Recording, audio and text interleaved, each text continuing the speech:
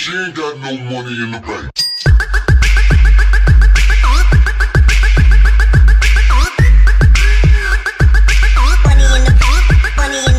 What's going on, guys? Jack95 Gamer here, and we are back with episode 20, yes 20, on my West Ham United career mode. And we're going to a game here against Crystal Palace, but this is an important episode, it really is, because as you can tell by the title, we are in the Capital One Cup final against Chelsea. So it's a lot riding on that game going into Wembley, so we need to definitely make sure we go into the game with a win and momentum in ourselves, because Chelsea are going to be a massive task, it really is, and I'm hoping that we can actually walk out of the silverware, because that'd be a massive achievement for the team in all honesty. But Crystal Palace down in 16th place. They need a win really to revitalise their chances of getting in to the top 10 of the season. So Crystal Palace, a lot to play for. Same for us, you know.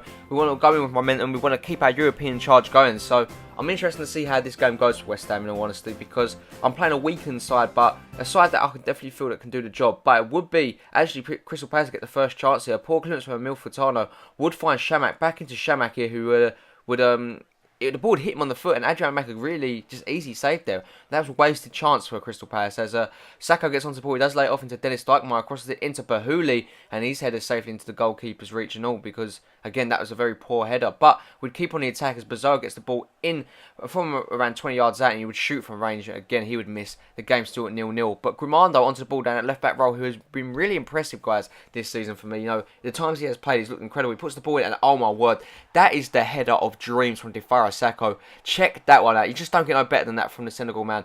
That was a beauty of a header, looping over the goalkeeper. That's probably one of my favourite goals of the season so far, if I'm being completely honest here. Look at this again. Great ball in from Grimano to find him. And that header was... Oh, there's one thing about Defara Sacco that I absolutely love, and it's his heading ability. Just look at that. Oh my word. Speroni rooted to the spot. Crystal Palace was left watching it, because there's no way you're going to get that off the line. And 8 goals this season for Defara Sacco. He's really starting to hit form now for the boys, and I'm very happy for him. As Campbell links up with Lee into Jedinak. Jedinak plays it back into Lee now down that right hand side for Palace. They do really well as they play the ball into the box. They would find Shamak plays it back into MacArthur, and that should be then back on terms with 10 minutes left to go. Are they going to rue that opportunity? We have to wait and see, as we do bring off Song and Bazoa, obviously thinking about the final coming up, and we do bring on Gonzalez along with, I believe, actually I don't know who else come on. As Sacco links up with Valencia here, last couple of minutes, Valencia shoots from range. He was always going wide there. That was poor here from the Ecuador man. As Gonzalez was linked up with Grimando again, Grimando would find Chiku Kayute. Kayute does really well here as he finds Valencia. Valencia plays it into Sacco. Sacco gets away from his man here. What can he do? Cuts inside. He's got a sight at goal. West Ham wrap up the 3 points and wrap up a win here. 2-0 to the Hammers in the 90th minute. Defara Sacco continues his immense goal scoring form and gets his 9th goal in the BPL this season.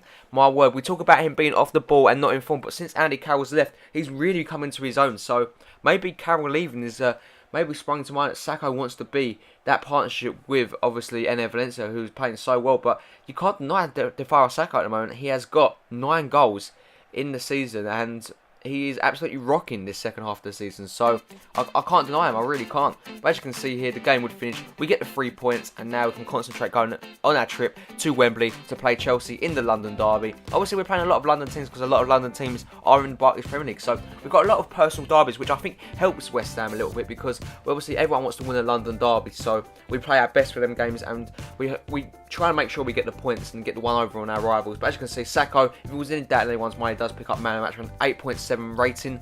He was brilliant. He was absolutely brilliant, and I can't wait to see what he has in store for us in the future. As you can see, he does decline the contract offer though, because we still can't afford his re-signing on bonus, which is absolutely gutting. So we're going to have to see what we're going to have to do with Defara Sacco here. I hope after this final we can definitely get something sorted with him. But as you can see, we do get a contract offer from Finland to manage the national team.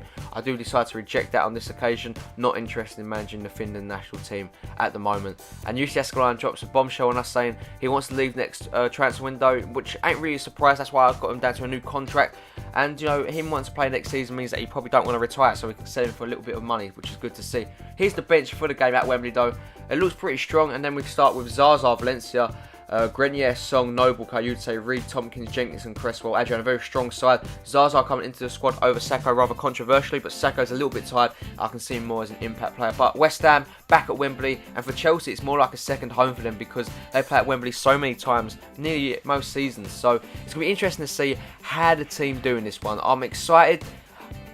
I'm optimistic to say the least, but Chelsea have got a star-studded side, a world-quality side, and we've had a great season. So I'm not putting anything. No, I'm not saying anything at the moment. But here is what it's all about. That Capital One Cup. As you can see, Costa, Oscar, Hazard, Willian, Matic, Fabregas, Martinez, Cahill, Filipe Luis, Ivanovic, Peter Cech wake up with a strong squad. They did actually sell Thibaut Courtois, so that is rather controversial from Chelsea. But as you can see, they get onto the ball here. They would find Diego Costa, but Rodrigo straight through the back of him 36 minutes into the game. Referee walks over to Winston Reid here. What's he going to do? Everyone's got their hands in their heads. They can't believe it. Winston Reid has been sent off, guys. We're down to 10 men. It's been a pretty boring game, in all honesty, but Winston Reid is gone. 37 minutes into the game, we have to restructure, and we do bring on Gonzalez from Mark Noble. We're trying to see this game out until half-time. We need a bit of extra legs in midfield then if we're going to do that, because Gonzalez has got a bit of pace on him in that centre midfield role, and their free kick safe into the hands of Adrian. To end the half, though, it will be Chelsea on the attack as Fabregas will play it back into Matic. Matic will find Willian. Willian does really well to find Fabregas again. Fabregas gets away from his man, shoots. Great block there from Kayute would stop them from getting that on target. But we do change to this formation, guys. We go 4-2-1-2. Obviously, missing a player. Grenier's going to have to hold in that midfield role. Winston Reid gets pushed all the way out because he obviously ain't on the pitch anymore, so it don't matter. So, here's the team we're playing with. Can they do the job? We have to wait and see. I'm excited to see how this game goes, but in the 46th minute, Chelsea starting to show real dominance now as Oscar gets onto the ball, gets away from his man with ease there, shoots from range, good save there from Adrian to deny the Brazilian getting his goal at Wembley. But from a corner here, they would line it up. Cesc Fabregas is going to put this one into the box here. Eventually, he does put it in. It looks for the head of Diego Costa, and Adrian comes out, and the referee points to the spot there. Now, that is controversial. I don't think this is a penalty, guys. What do you think? I think he hits Jenko, in all honesty, but the referee's giving it as a penalty to Chelsea. And Eden Hazard's going to step up here. So, bad day's just gone from bad and badder to worse, really. If they score this penalty, Adrian needs to be strong here. I don't think it's a penalty, so I don't blame Adrian, in all honesty. Well, Hazard steps up, and Adrian gets it the right way. What a save here. And this is just made for us, surely, to go on and win this now. As Kayute looks to find his man, but it does get given away. He finds Costa, heads it back to Hazard. What a save from Adrian. Costa's there, and Chelsea have the lead. 66 minutes into the game. West Ham are absolutely gutted about that. Look at the ball in. Great save there from Adrian for the first one, but it's a well-worked Chelsea goal in all honesty. He just couldn't get to the second ball, Adrian, and Diego Costa gets his second goal in the Capital One Cup, and that may be the goal that wins it for Chelsea. But as you can see, Grenier lines up a free kick from range here. This is his range here. He shoots from range. Great save from Peter Cech, though. Really good save from him, and it could have gone anywhere in a rebound, but unfortunately goes out for a corner, but nothing happened from the corner, I don't think. We do bring on Sacco to try and change the game up, Zaza off, but in the 75th minute, it would be a Chelsea free kick. Here they do line it up, Oscar shoots, and it's safe into the hands of Adrian. Again, a very boring cup final here, guys, but since we've gone down to 10 men, we've been absolutely dominated. But a rare chance here comes forward as Sacco gets beyond his man here. What can he do? Right to the byline and finds Valencia in the near back post, and oh my word, just goes wide of the mark. In the 90th minute, Cahill would find Willian. Willian onto the ball, does find Diego Costa, the goal scorer, obviously. Turns away from his man, does find Mikel. Mikel sees Costa in space here. It's Diego Costa. And it goes wide of the mark there, but unfortunately enough for us, Chelsea would be the champions of the Capital One Cup here, and we do miss out on our first final and our first silverware of the season.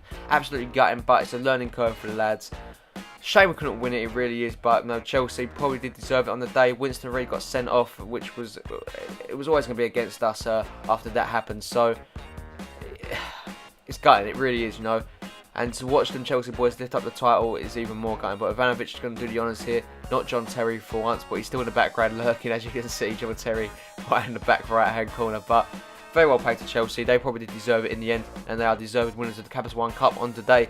But we did have a great campaign there. But as you can see, guys, confirmation of the result. A 1-0 loss, which is absolutely gutting for West Ham. But we'll push on and we'll try even harder to win this competition next year and even try harder in FA Cup. So we'll see how things go from there. As you can see, Diego Costa 7.6 rating, man of the match, and obviously got the winning goal for Chelsea, which will go down in history as a Chelsea legend now for that.